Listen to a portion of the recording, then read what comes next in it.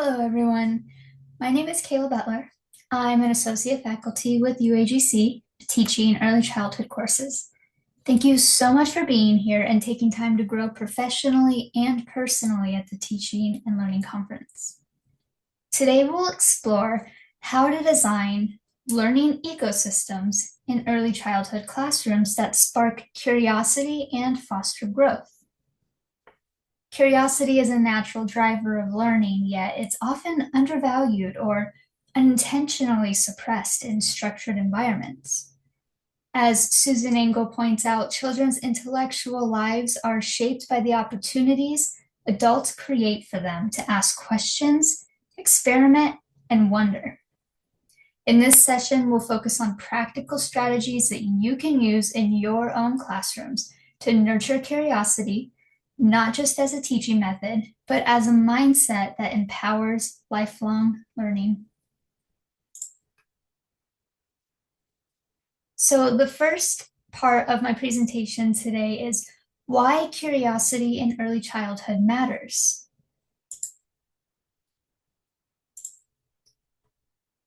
In early childhood, curiosity is not just a personality trait, it's a foundational learning tool.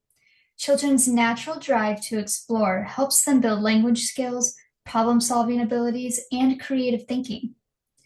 A recent study by Shaw and colleagues found that children who showed higher curiosity in preschool demonstrated stronger reading and math achievements by kindergarten.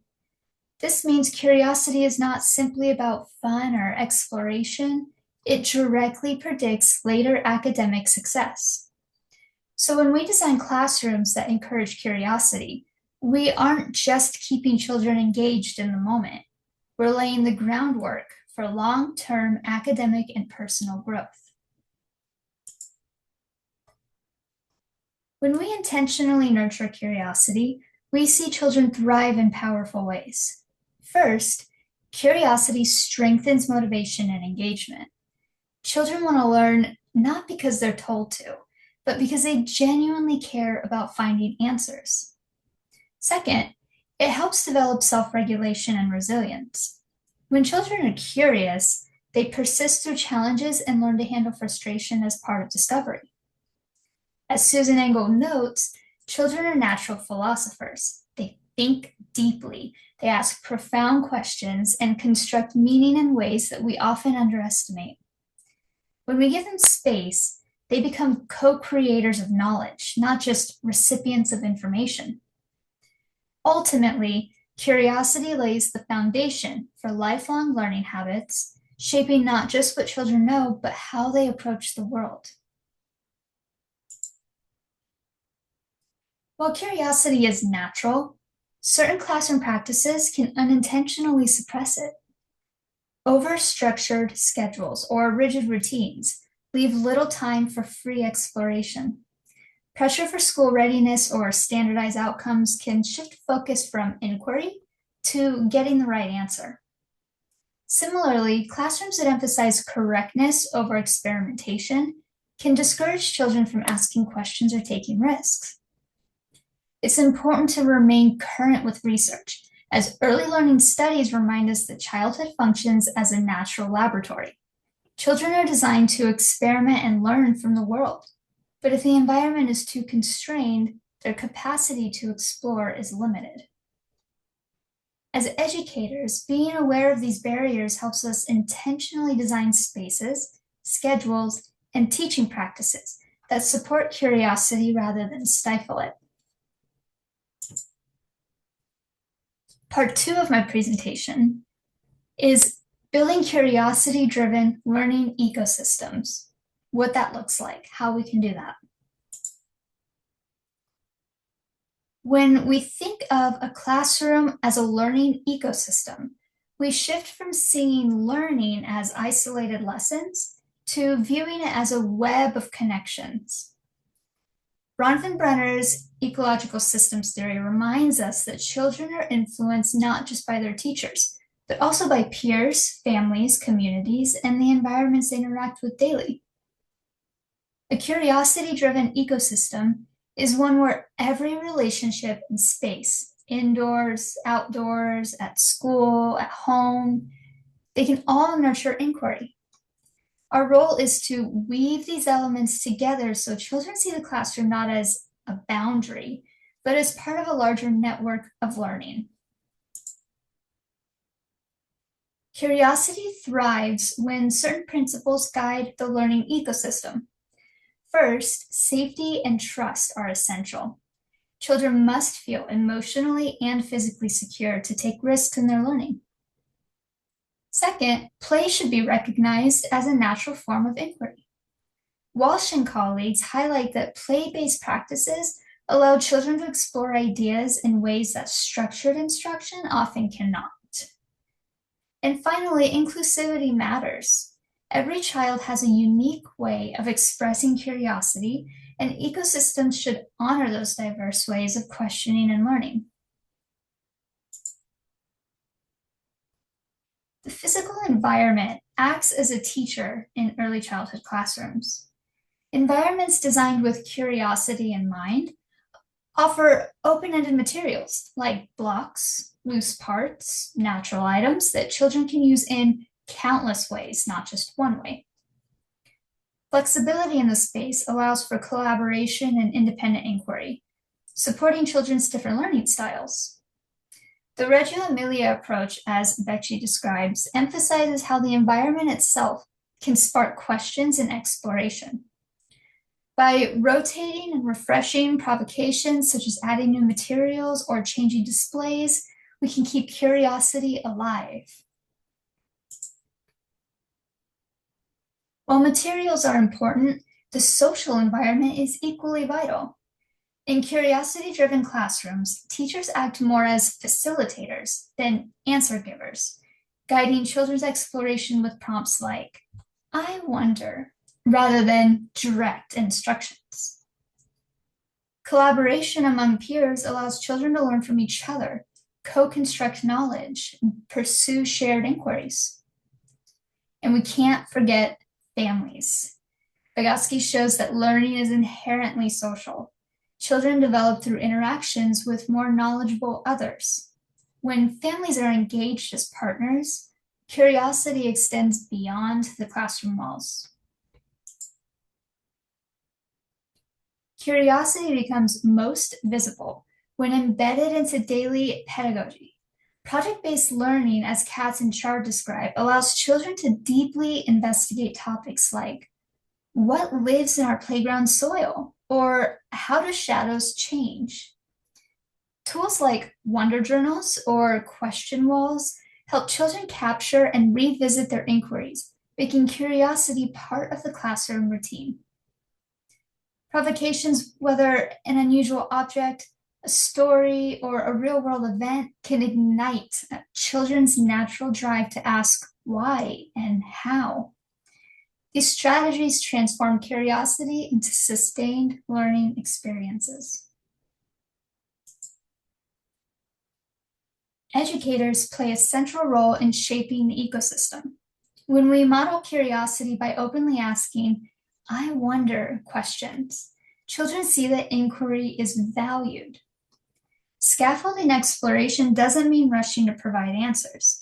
It means offering prompts and supports that help children dig deeper. Engel emphasizes that children's intellectual lives flourish when their questions are treated with just as much respect as their answers. By celebrating the act of questioning, we reinforce curiosity as a central part of learning. Part 3 of my presentation is about inspiring growth beyond the classroom. When curiosity is nurtured, it naturally builds a growth mindset. Mistakes stop being seen as failures and instead become opportunities for discovery. Children learn persistence when they pursue their own questions, which strengthens resilience. Dweck and Yeager emphasize that growth mindset helps children see abilities as expandable rather than fixed. When curiosity fuels that mindset, children develop confidence and adaptability that will serve them well beyond early childhood. So let's look at a practical example.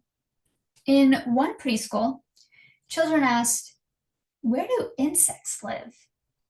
Instead of giving a quick answer, the teacher guided them to create a bug habitat. They collected soil, leaves, small containers, and then they observed which bugs stayed and which left. Along the way, they researched, they tested ideas, and they recorded observations. Yes, preschool is not too young to do these things. Inquiry-based science not only deepens reasoning, but also strengthens language development. And in this case, the project built scientific thinking, collaboration, and even empathy as children cared for living creatures.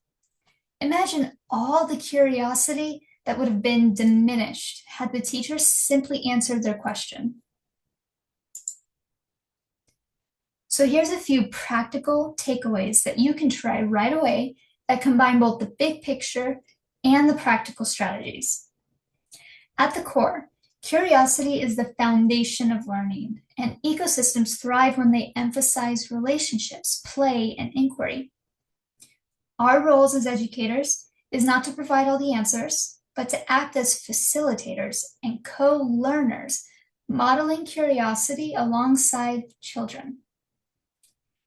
My son, he's 7, but one of his favorite things to hear me say is, "I don't know, let's find out."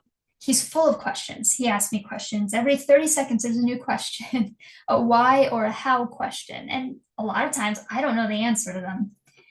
And so he loves when I say, "I don't know, let's find out, let's figure it out together." I'm learning alongside him, and he absolutely loves it. Celebrating questions is just as important as celebrating answers. It tells children their thinking matters. You guys, their thinking matters. It's important that you hear that today. When they ask a question, say, "Wow, what a great question. What an amazing question. Let's find out." On a practical level, you might build daily curiosity routines, like starting the day with a wonder question. Rotating classroom materials keeps exploration fresh. And don't forget families.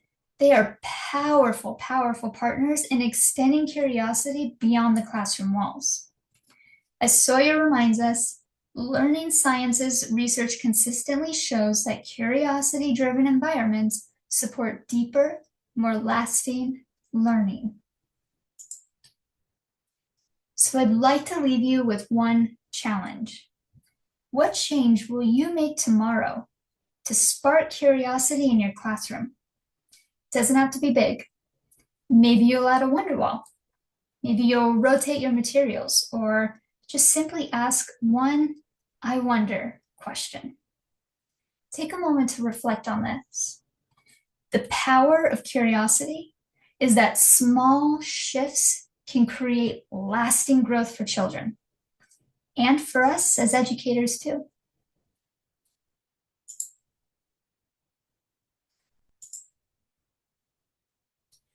I'm always available by email. If you have any questions about anything that I talked about today, or you'd like some advice or some guidance on how to implement this into your specific situation, please email me. I would love to answer your questions.